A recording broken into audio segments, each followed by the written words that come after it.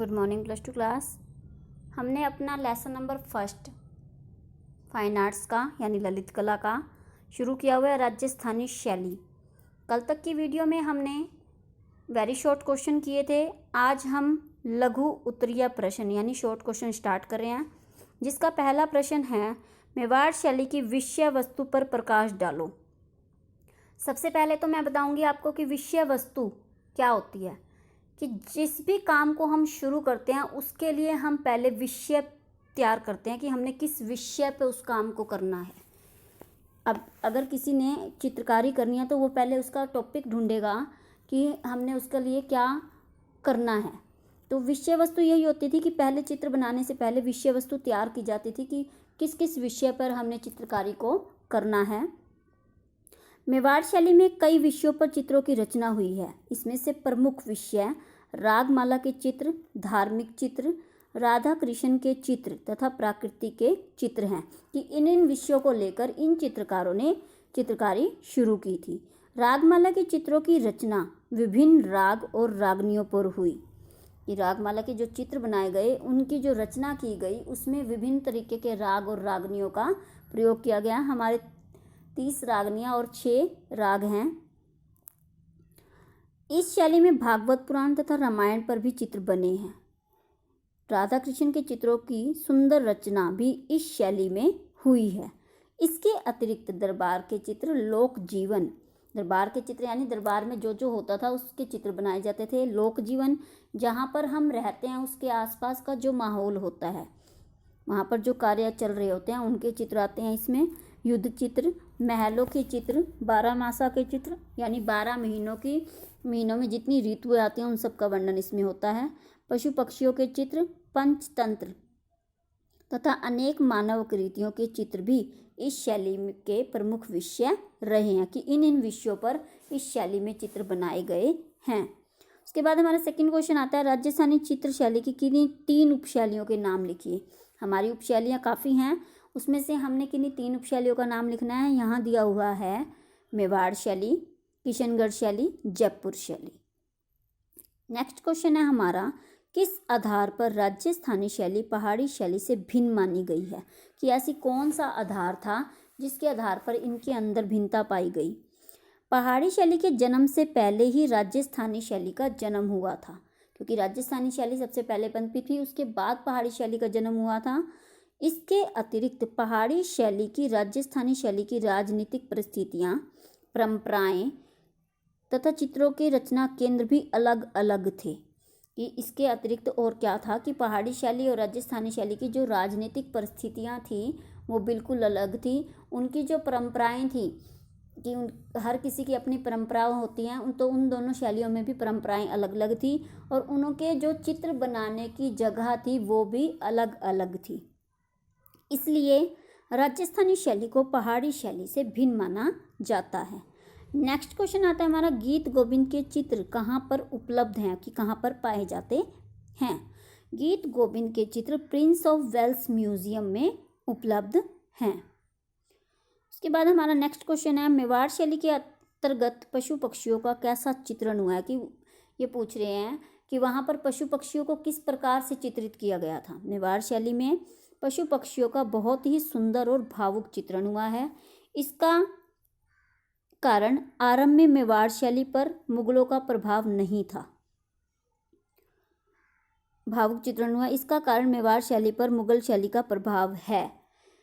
आरंभ में पशु पक्षियों का चित्रण बहुत अच्छे नहीं था, इसके कारण आरंभ में मेवाड़ शैली पर मुगल शैली का प्रभाव नहीं था, परंतु बाद में इस शैली में हाथी, घोड़े व पक्षियों का सुंदर चित्रण हुआ।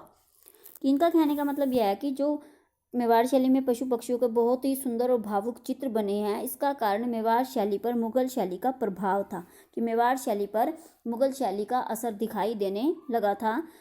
आरंभ में जो मेवाड़ शैली में पशु पक्षियों के चित्र बनाए गए थे वो इतने सुंदर नहीं थे, परंतु धीरे धीरे उनके चित्रों में सुधार होता गया और वो चित्र बहुत ही सुंदर बन गए।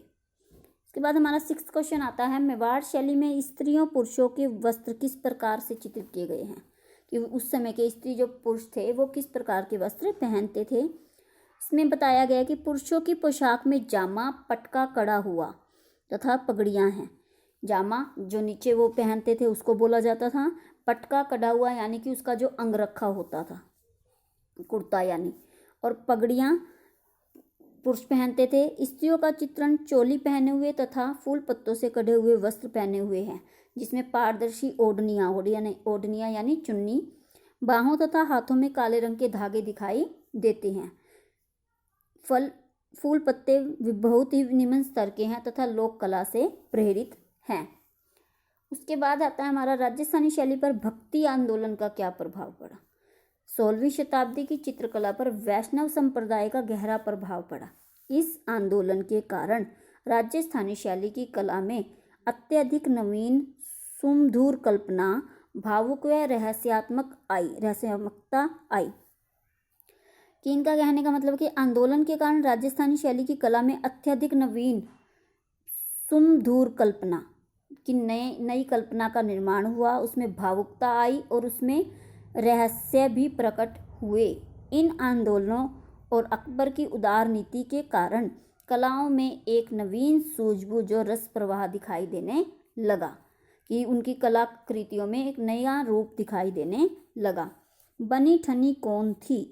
बनी ठनी दिल्ली के अंतःपुर की एक दासी थी, जिसे राजा सावंत सिंह की माता दिल्ली से किशनगढ़ लाई थी। बनी ठनी को राजा सावंत सिंह ने राधा के रूप में चित्रित किया है और वह अंत तक उसकी सहचरी के रूप में रही। बनी ठनी के चित्रों को राजस्थानी कला में मोनालिसा के नाम से भी जाना जाता है। कि माना जाता है कि बनी ठनी थी वो हमेशा सज संवर कर रहती थी, इसलिए उसे बनी ठनी का नाम दिया गया था। वो बहुत ही सुंदर स्त्री थी। किशनगढ़ शैली में नारी सौंदर्य के चित्रण का वर्णन करो।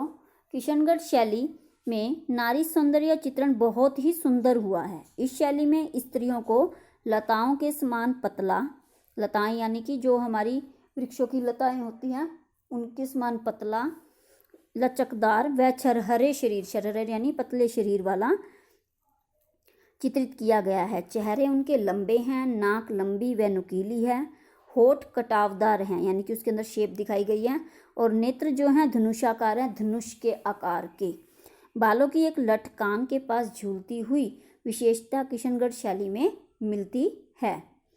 उसके बाद हमारा नेक्स्ट क्वेश्चन आता है, चांदनी रात के गवैया नामक चित्र में निहाल चंद के चित्रण का वर्णन करो। चांदनी रात के गवैया नामक चित्र अमरचंद नामक चित्रकार द्वारा बनाया गया है। इस चित्र में निहाल चंद को राजा सरदार सिंह के सभासदों के साथ एक चांदनी रात की संगीत गोष्ठी के रूप में चित्रित किया गया है। इसमें निहाल चंद की आयु 50 वर्ष दर्शाई गई है कि वो 50 साल के थे। इसमें चित्रकार निहाल चंद को राजा सरदार सिंह के सम्मुख प्रस्तुत किया गया है कि प्रमुख स्थान, उनके सम्मुख प्रमुख स्थान यानी विशेष स्थान दिया गया है।